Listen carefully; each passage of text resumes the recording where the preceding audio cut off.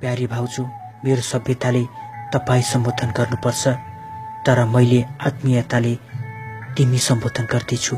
तिमी यसलाई अनादर नसम्झनु है। भोलिबाट तिमी हाम्रो घरको स्थायी सदस्यको रूपमा प्रवेश गर्दैछौ।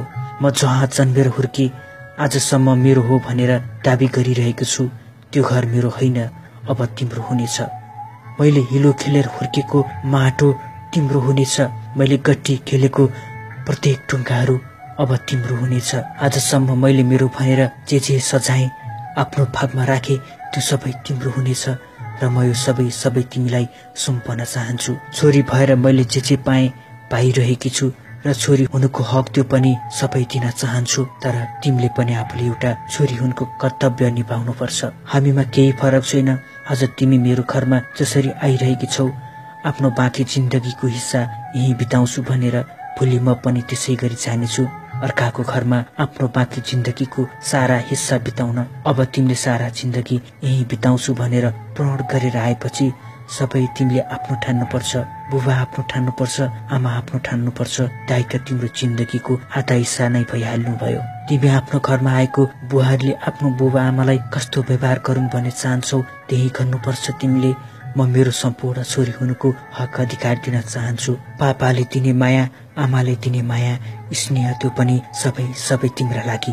बरु आमा पापाले मलाई बिर्सिउन्, मेरो याद नगरून्। हो, पापा आमाको लागि पनि तिमी अर्काकी छोरी हौ। आफ्नो छोरीले गरेको काम त कहिलेकाहीँ चित्त बुझ्दैन, अर्काको छोरीले गरेको त्यो भन्दा नबुझ्न सक्छ। यति बेला तिमीले बुझ्नुपर्छ, किनकि तिमी एक शिक्षित सभ्य आधुनिक नारी हौ। म चाहन्छु तिमी एउटा बुहारी होइन, छोरीको कर्तव्य निभाउन, छोरीकै हक ल्याऊ। जसलाई माया गर्छन् उनीलाई गाली गर्ने गर्छन्, सम्झाउन र उनीहरूले गरेको सानो सानो कुरामा चित्त दुखाउँछन्। यदि परिवारका मान्छेले यस्तो गर्नुभयो भने सम्झनु, तिमीलाई धेरै माया गर्नुहुन्छ। मलाई एउटा नन्द सम्झेर टाढा बनाऊ। अब सधैँ एउटै घरको बहिनी सम्झनु। चित्त नबुझेको दुःख र सुखका कुराहरू जसरी घरको बहिनीसँग बाँड्ने गर्थ्यौ, त्यसरी नै गर्नु। दाइ त तिम्रो हो र दाइले माया गर्ने हरेक चिजहरू पनि तिम्रै हुन्।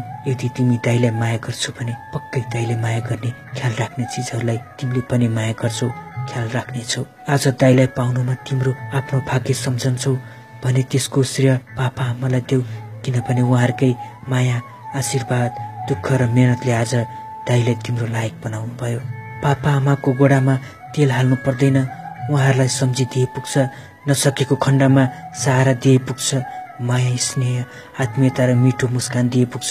सबैभन्दा ठुलो कुरा तिमी आएर छोराले गर्ने माया र ख्यालमा कमी आएको महसुस गर्न नदिए पुग्छ। आफ्नो घरको कुरा पधेरामा लगेर आफूलाई सस्तो नबनाउनु, बरु घरको मूल सिपाही बनेर रक्षा गर्नु। पापा आमाको एक्लो छोरा अनि तिमी एक्ली बुहारी। पापा आमालाई बुहारीको धेरै सपनाहरू देख्नु भएको छ, सजाउनु भएको छ। यसलाई कहिल्यै पनि टुक्रान नदिनु है। तिम्रो उपस्थितिले मलाई आमाले भुलुन्, पापाले भुलुन्, दाइले भुलुन्, घरले भुलुन्, छिमेकीले भुलुन्, आफन्त नातेदार सबैले भुलुन्, गाउँले भुलुन्, अनि सबै त्यहाँको ढुङ्गा, माटो, पानी, रुख बिरुवा अनि हावा पानीले भुलुन्। तिमी एउटा यस्तो उदाहरणीय बुहारी बन जहाँ प्रत्येक छोराहरूका बुबा आमाले तिमी जस्तै बुहारीको सपना देखुन्। तिमी जस्तै बुहारी पाउन भगवानसँग प्रार्थना गरून् अनि प्रत्येक बुबा आमाहरूले बुहारी आएपछि पराई घर गएका छोरीहरूलाई गरेर नरौँ।